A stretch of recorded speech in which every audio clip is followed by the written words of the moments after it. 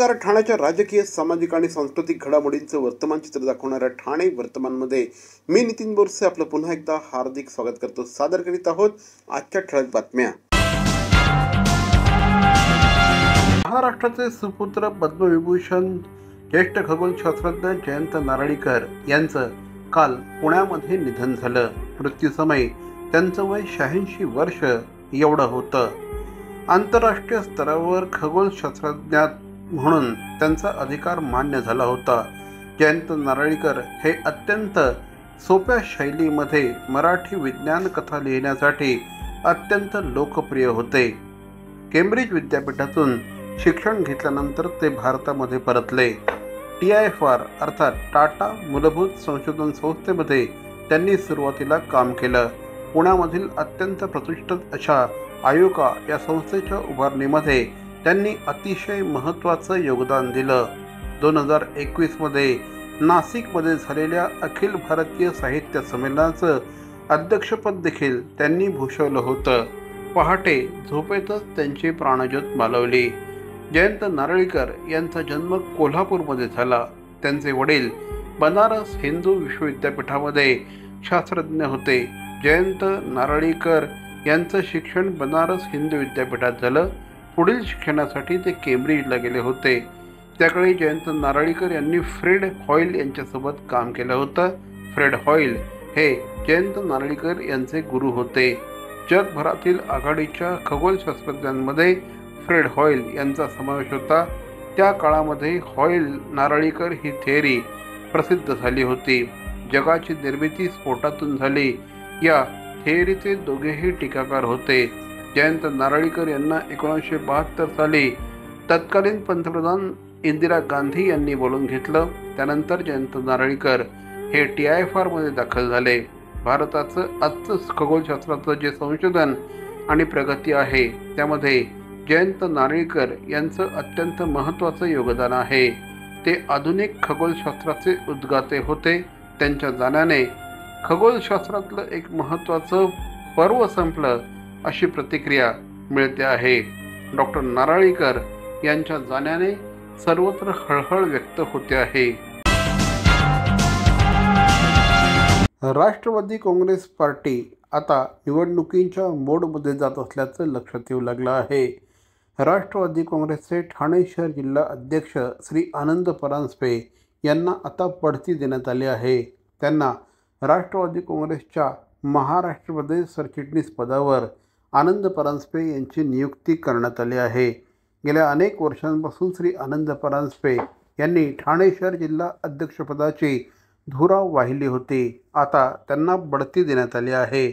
तर त्यांच्या जागी राष्ट्रवादी काँग्रेसचे श्री नजीब मुल्ला यांच्यावर शहर अध्यक्षपदाची जबाबदारी सोपवण्यात आली आहे. नजीब मुल्ला यांनी नुकतेच विधानसभेची निवडणूक श्री जितेंद्र आव्हाड यांच्या विरोधात लढवली होती. आव्हाड यांचे कट्टर विरोधक आणि अजितदादा पवार यांचे कट्टर समर्थक म्हणून नजीब मुल्ला हे सध्या ओळखले जातात. आणि आक्रमक नेतृत्व त्याचप्रमाणे सर्वसामान्य जनतेची कामं करणारा नेता अशा प्रकारची प्रतिमा असल्याने नजीब मुल्ला यांच्याकडे आता राष्ट्रवादी काँग्रेसच्या ठाणे शहर जिल्हा अध्यक्षपदाची जबाबदारी सोपवण्यात आली आहे. शिवाजीनगर परिसरात राहणाऱ्या नागरिकांवर आकारलेल्या दंडात्मक पाणीपट्टीच्या नोटिशीला स्थगिती देण्यात आली असून पाणीपट्टीच्या बिलावरील दंड पूर्णतः माफ करण्यात आल्याची माहिती ठाणे महापालिकेच्या माजी नगरसेविका परिषा प्रताप सरनाईक यांनी दिली. परिवहन मंत्री प्रताप सरनाईक यांच्या मार्गदर्शनाखाली म्हाडाचे उपाध्यक्ष संजय जयस्वाल यांच्यासोबत झालेल्या बैठकीच्या अनुषंगाने त्या बोलत होत्या. शिवाजीनगर परिसरातील गिरिराज सोसायटी, गीतांजली सोसायटी, शिवशक्ती, चिन्मय, प्रगती, ओम साई श्रद्धा या म्हाडाच्या सोसायट्यांसह Shri Samarth, Sahjeevan society, Sunita society, Ekroop society, Navdurga society, Gurukripa society या परिसरातील नागरिकांना म्हाडाच्या तथाकथित अधिकाऱ्यांनी वेठीस धरलं असून 20-22 वर्षानंतर अचानक दंडात्मक रकमेसह थकीत पाणीपट्टीची नोटीस पाठवणं अत्यंत चुकीचं आहे.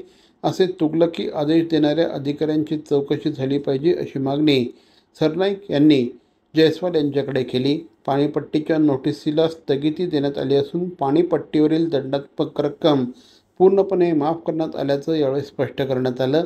या सोसायटी धारकांना मुंबई पालिकेच्या पाईपलाईनद्वारे अथवा ठाणे महापालिकेद्वारे पाणी पुरवठा होतो।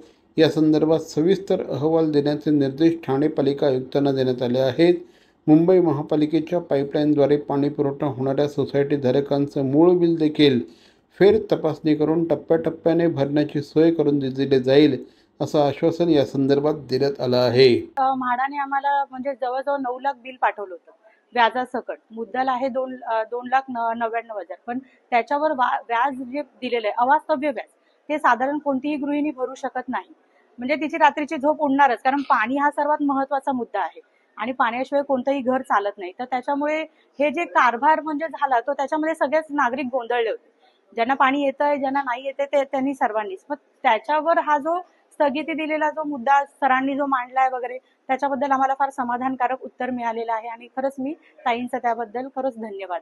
त्याबद्दल आता सुरुवातीलाच मी संजय जयस्वाल साहेबांचं धन्यवाद मानतो।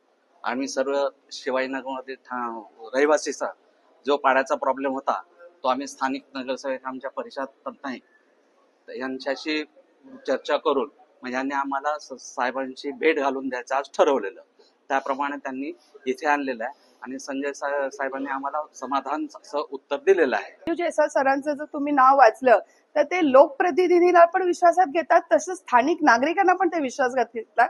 आणि आज जेवढे 17 सोसायट्यांना त्यांनी जे लेटर पाठवलेलं आहे, ज्या नोटिसा पाठवल्या, तर ते 17 सोसायटीचे स्थानिक जे अध्यक्ष वगैरे आहेत ते माझ्यासोबत होते। त्यांचं म्हणणं ऐकून घेतलं आणि जे नोटिसा काढलेल्या त्या नोटिसाला आम्हाला सगळ्यांना त्याचा आनंद आहे, कारण त्या नोटिसाला त्यांनी स्टे दिलेला आहे आणि त्याची पूर्तता पूर्ण करायला सांगितले।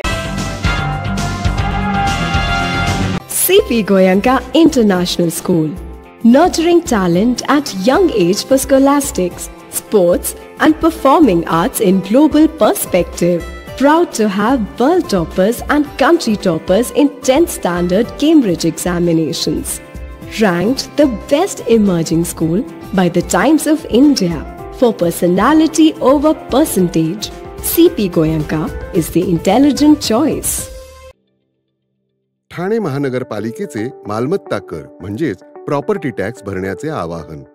सन 2022-23 या आर्थिक वर्षाचे मालमत्ता कराचे म्हणजेच प्रॉपर्टी टॅक्सचे बिल ठाणेकर करदात्यांना महापालिकेमार्फत आर्थिक वर्षाच्या सुरुवातीस म्हणजेच माहे एप्रिल 2022 मध्ये देण्यात आलेले आहे।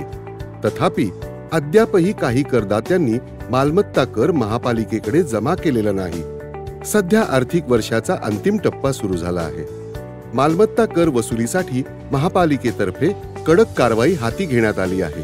या अंतर्गत जंगम मालमत्ता, टीव्ही, फ्रीज, वाहन व इतर जप्त करणे तसेच स्थावर मालमत्ता वॉरंट बजावून जप्त करण्यात येत असून मालमत्तेचा जाहीर विक्रीद्वारे लिलाव करून कराची रक्कम वसूल करण्यात येत आहे। मालमत्तेस पाणी पुरवठा करण्यात येणारे नळ संयोजन खंडित करण्यात येत आहेत। त्याचप्रमाणे थकीत मालमत्ता करावर 2% व्याज आकारले जात असल्याने भरावयाची रक्कम वाढत आहे। आपला मालमत्ता कर propertytax.thanecity.gov.in या लिंकद्वारे तसंच गुगल पे, फोन पे, पेटीएम याद्वारे ऑनलाईन पद्धतीने करण्याची सुविधा उपलब्ध करून दिली आहे।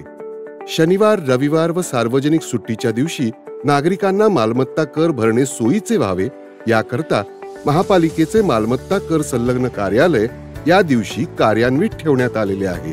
तरी मालमत्ता कर वसुलीची अप्रिय कारवाई टाळण्याच्या दृष्टिकोनातून मालमत्ता कर भरून महापालिकेस सहकार्य करावे। धन्यवाद।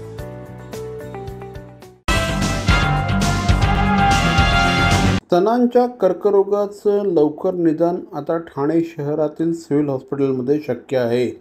ठाणे शहरातील सिव्हिल हॉस्पिटलमध्ये मॅमोग्राफी मशीन सुरू करण्यात आला आहे। स्तनांचा कर्करोग हा महिलांमध्ये आढळणारा एक गंभीर आणि प्रचलित आजार आहे। वेळेत निदान झाल्यास यावर यशस्वी उपचार शक्य आहेत। ठाणे जिल्हा सामान्य रुग्णालयात नुकतंच डिजिटल मॅमोग्राफी मशीन कार्यान्वित झालं आहे। त्यामुळे आता स्तनांच्या कर्करोगासाठी आवश्यक असलेली तपासणी करण्यासाठी मुंबईतील खाजगी रुग्णालयांमध्ये जाण्याची गरज भासणार नाही। या नव्या सुविधा विभागाचं उद्घाटन मंगळवारी जिल्हा शल्यचिकित्सक डॉक्टर कैलास पवार यांच्या हस्ते करण्यात आलं। यावेळेस अतिरिक्त जिल्हा शल्यचिकित्सक डॉक्टर धीरज महागडे, doctor Nishikant Rokade, doctor Sachin Gholap, doctor Avinash Padalkar आदी मान्यवर उपस्थित होते। गेल्या काही दिवसांपासून सातत्याने मुंबई आणि परिसराला पाऊस झोडपून काढतो आहे।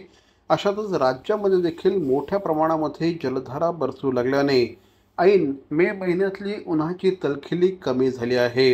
गोव्यामध्ये प्रचंड मोठ्या प्रमाणात पाऊस पडला, त्यामुळे अनेक ठिकाणी पाणी साचण्याच्या घटना घडल्या। त्याचप्रमाणे कोकणामध्ये देखील प्रचंड मोठ्या प्रमाणात कोसळधार बरसली आहे। पुणे परिसरामध्ये देखील मोठ्या प्रमाणामध्ये पाऊस पडला आहे। कोकण, मध्य महाराष्ट्र आणि मराठवाड्यात हवामान विभागाकडून ऑरेंज अलर्ट देण्यात आला आहे। उर्वरित राज्यात वादळी वाऱ्यासह मुसळधार पावसाची शक्यता आहे। मुंबई, पालघर, ठाणे आणि रायगडला येलो अलर्ट देण्यात आला आहे। कमाल तापमानातील वाढ असह्य चटका आणि उकाडा तापदायक ठरत असतानाच राज्यामध्ये वादळी पावसाला पोषक वातावरण तयार झालं आहे। राज्यात पावसाची शक्यता वर्तवण्यात आली असून पूर्व विदर्भात जोरदार वादळी पावसाची शक्यता असल्याने ऑरेंज अलर्ट देण्यात आला आहे। सिंधुदुर्ग, रत्नागिरी, अहिल्यानगर, सातारा, कोल्हापूर, सोलापूर, संभाजीनगर, बीड या ठिकाणी ऑरेंज अलर्ट जारी करण्यात आला असून ठाणे जिल्ह्यामध्ये येलो अलर्ट जारी करण्यात आला आहे। गेल्या काही दिवसांपासून प्री मान्सून पावसाला सुरुवात झाली आहे। सध्या हा पाऊस वादळी वारं आणि विजांच्या कडकडाटासह होत आहे। वाऱ्याचा वेग ताशी 50 ते 60 किलोमीटरपर्यंत जाऊ शकतो, असा अंदाज हवामान विभागाच्या वतीने वर्तवण्यात आला आहे।